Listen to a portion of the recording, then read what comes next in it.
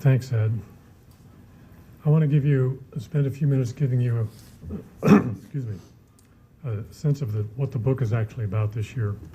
And I'll begin by mentioning some numbers you don't hear every day. By one estimate, more than 80% of the global terrestrial biosphere is under direct human influence. And all the human beings now alive, the 7 billion plus of us, make up about 50% of all the mammalian biomass on the planet. If you count our livestock, which wouldn't be here without us, it's a lot higher than that, a bigger share. Those are a couple of reasons why many scientists say we now live in the, I'm sure you've heard, the Anthropocene era, a time in which the sheer number of people and the power of human activity to shape the biosphere have become immense, and indeed are the main drivers of the troubling planetary changes that we've focused our work on for so long. Now, in an interesting coincidence, according to chapter author John Gowdy, the social insects, including ants and termites, account for about 50% of the Earth's insect biomass. So people are 50% of the mammals, social insects, 50% of the bugs. So what else do humans have in common with ants and termites, besides a love of tall buildings? According to Gowdy, we're all ultra-social species. Now, that's a particular characterization that is made up of role specialization, information sharing, collective defense, and complex city-states. All of them harnessed toward production for surplus. Ants and termites have been this way for millions of years. For us, it only began a few thousand years ago when we became agricultural. Now, if this characterization is true and valid, it's a sobering idea. It suggests that our desire for more stuff is hardwired in both our own genes and, in effect, our cultural DNA as well. In humans, ultrasociality has led to enormous population growth, highly hierarchical societies, and the rather heavy-handed domination of the planet. And I don't have to tell this audience that production for surplus perpetually on a planet of finite resources is not a good long-term survival plan. So maybe the reason for the focus on governance this year is becoming obvious. As I mentioned in my intro remarks, the book argues that the technical problems of sustainability and their solutions are essentially known. The real obstacle is that we can't figure out how to make governance work to attack those problems and conquer them.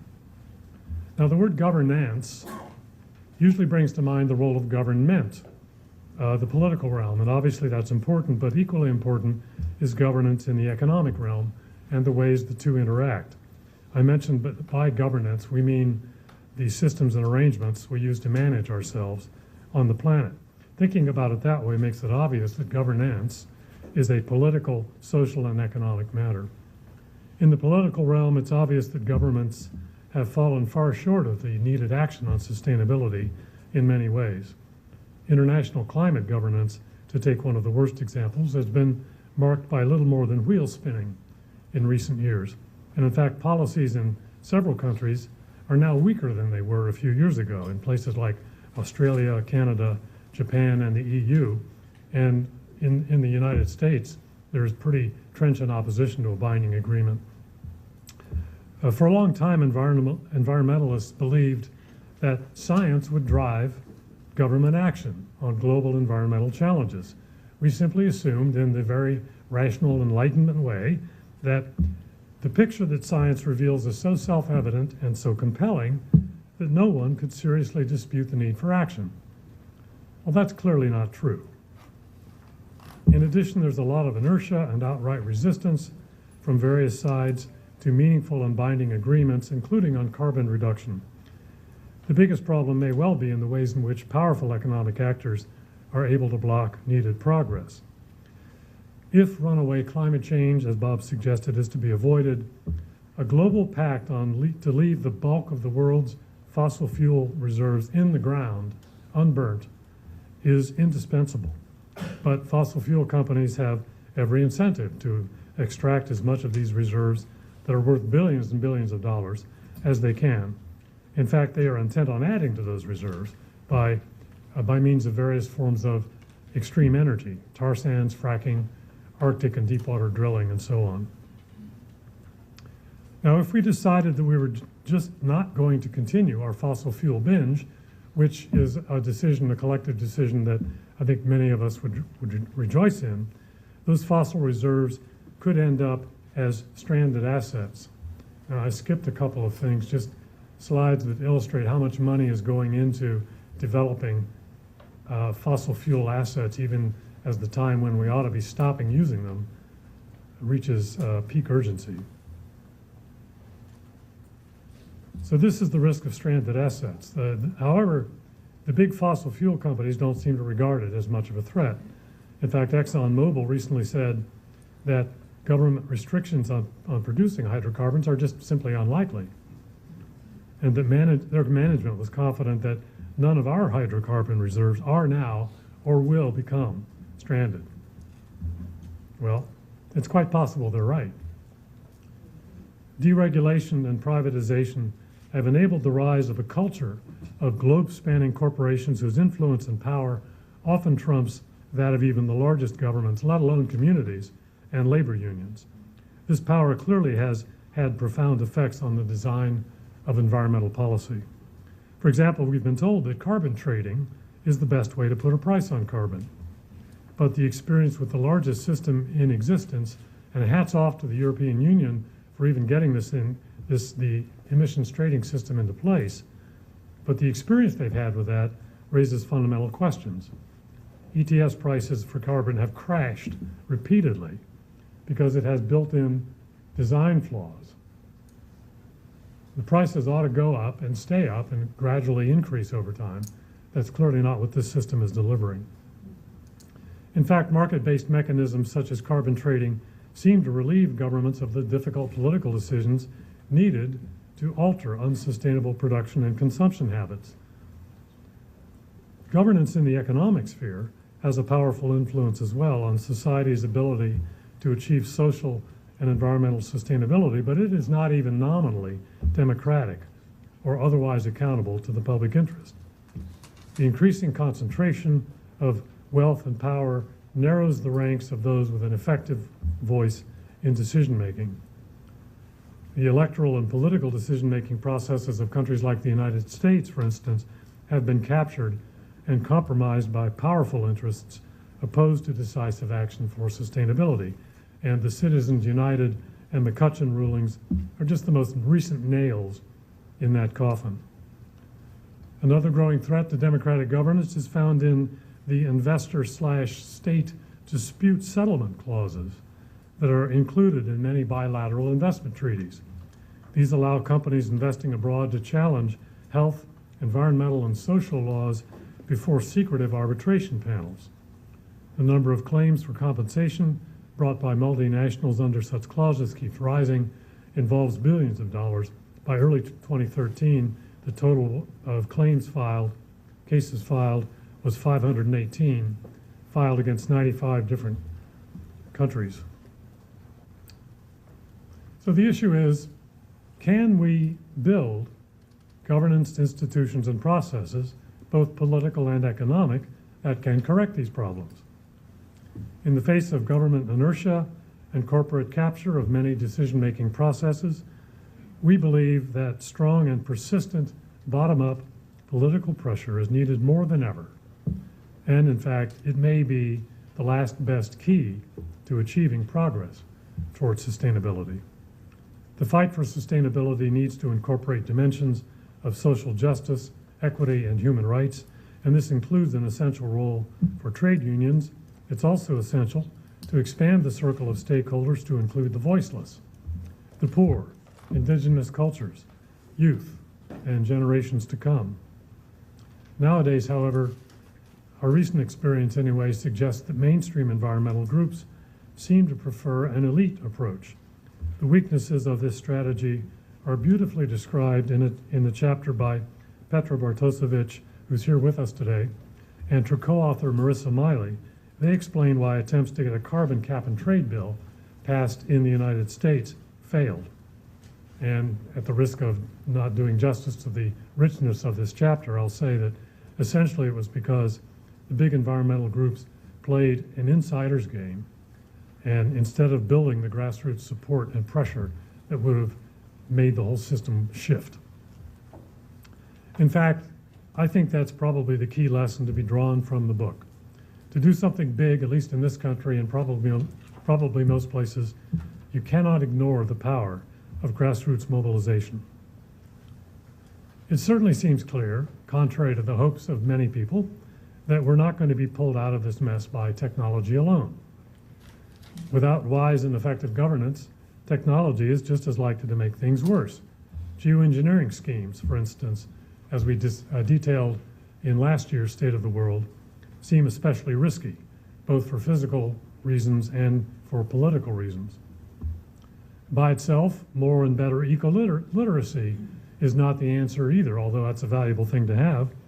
But we already have tons of information at our fingertips.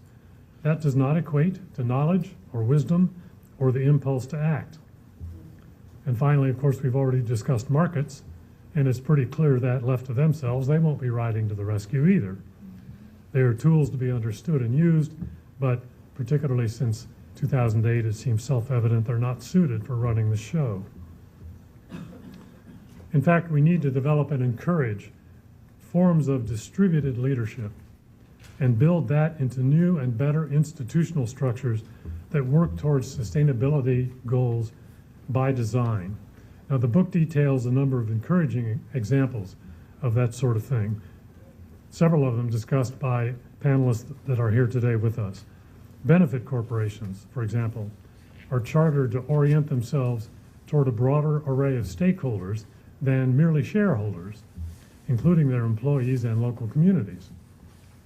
Community wealth building strategies, including co-ops, worker-owned firms, community development corporations, social enterprises, land trusts, they can pool capital in ways that build wealth, create living wage jobs, and anchor those jobs in local communities. And there are also ways to put high finance back into the box and constrain it to serve the economy rather than the other way around.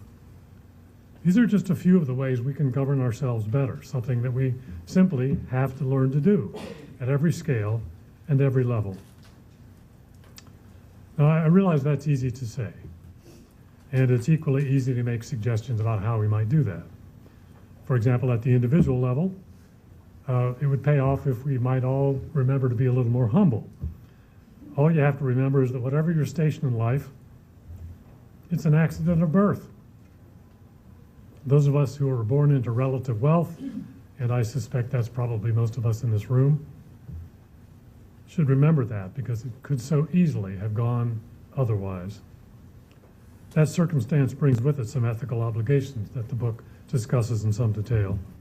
Individuals as members of communities have an especially powerful role to play.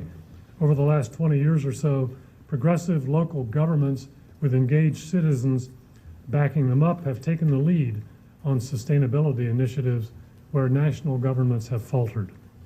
They're asserting their right to be heard and are acting on their own to share resources, establish sustainability metrics and benchmarks, and help spur progress at higher levels. At the national level, of course, we all know that nobody has covered themselves in glory. I already mentioned the U.S. failure to lead on climate change. In China, the many promising laws on the books are often thwarted by structural problems, and as we saw, even the EU with its pioneering cap-and-trade system has seen it undermined by a lack of government discipline in allocating permits. This paralysis of effective action has trickled upward to the international level, where the endless round of conferences of the parties testifies to the extreme difficulty of forging a binding global agreement on climate change. And yet, international organizations and processes that allow that sort of collaboration towards sustainability are more necessary than ever, as the most recent IPCC report makes crystal clear. So there's the wish list. The question is, how do we make it fulfilled? Stuart Brand once famously said, we are as gods, and we might as well get good at it. That was in 1968, and as far as I know, we're still waiting for the manual. Unless that was the manual. In which case, the phrase last whole earth suddenly takes on a new meaning. We may be living on the last whole earth. In fact, not to put too fine a point on it, I think it remains to be seen whether we humans are evolutionarily suited to be a planetary species. What if the Peter Principle applies to species as well as individuals, and we've simply achieved our level of incompetence? It's possible. But we have to assume, of course, that collectively we can get better at doing this. Where might the impetus for that come from? As I've been hinting, if there is a common theme underlying the policy ideas and reforms explored in this year's report, it's the necessity of citizen empowerment, engagement, and responsibility. The first law of political physics is that a body at rest will remain at rest until a force is applied to it. If governments and corporations can't muster that force or are pushing in the wrong direction, an opposing vector can only come from the people. That begins, of course, with personal action and lifestyle choices. But as Annie Leonard put it in last year's State of the World, that's a great place to start, but a terrible place to stop. The next step is to get involved in organizations like 350.org in their broad efforts to mobilize political support for climate action in order to build on and reinforce the emerging fossil fuel resistance that Bill McKibben talks about in connection with Keystone. This sort of unrest is happening in many places, not just here. In China, for instance, pollution may be the single largest cause of social unrest. But I have to say that even this kind of protest is not going to be enough. Getting 500,000 people to turn up on the mall and listen to folk singers and long speeches is great. It truly is. I don't mean to denigrate it. But making the most of that energy means doing the slow, patient work of building a culture of democratic engagement. It seems likely that only determined and persistent grassroots organizing through civil society groups, community groups, unions, co-ops, neighborhood councils, and so on, has any hope of generating the countervailing power necessary to the driving forces of the current unsustainable system. I'm not saying this will be easy or fast, or even that the odds are all that great. There are lots of obstacles and risks and ways it could go off the rails. But at the very least, persistent, organized, and vocal support for action on sustainability could conceivably give the necessary cover to one or more brave politicians willing to step up. Could even be a Republican. Nixon went to China, after all, and as Bob mentioned, or Ed mentioned, started the EPA. Just imagine what would happen if some crypto-progressive Republican president went back to China and the two biggest carbon polluters forged an unprecedented agreement to rein in carbon emissions. I hope I live to see that day. That would take a lot of grassroots political cover to make that happen. Ultimately, it seems to us that all governance begins with individuals in communities. Mainstream economic theory sometimes treats people as isolated economic molecules, but we know that's not true. That's a deeply impoverished vision of human beings. Neither are people isolated actors in politics or merely voters. We all live in human societies that are embedded in the natural world, and the impetus to improve governance can only come from those awakened individuals dedicated to making their communities sustainable places. In fact, the quest for sustainability, social equity, and a deep, deliberative culture of citizen engagement are closely intertwined. If this idea catches on, it might finally be possible to build communities of communities, in Herman Daly and John Cobb's phrase, in a way that affords everyone on Earth a safe and fulfilling place to live and offers future generations the same prospect. Thank you.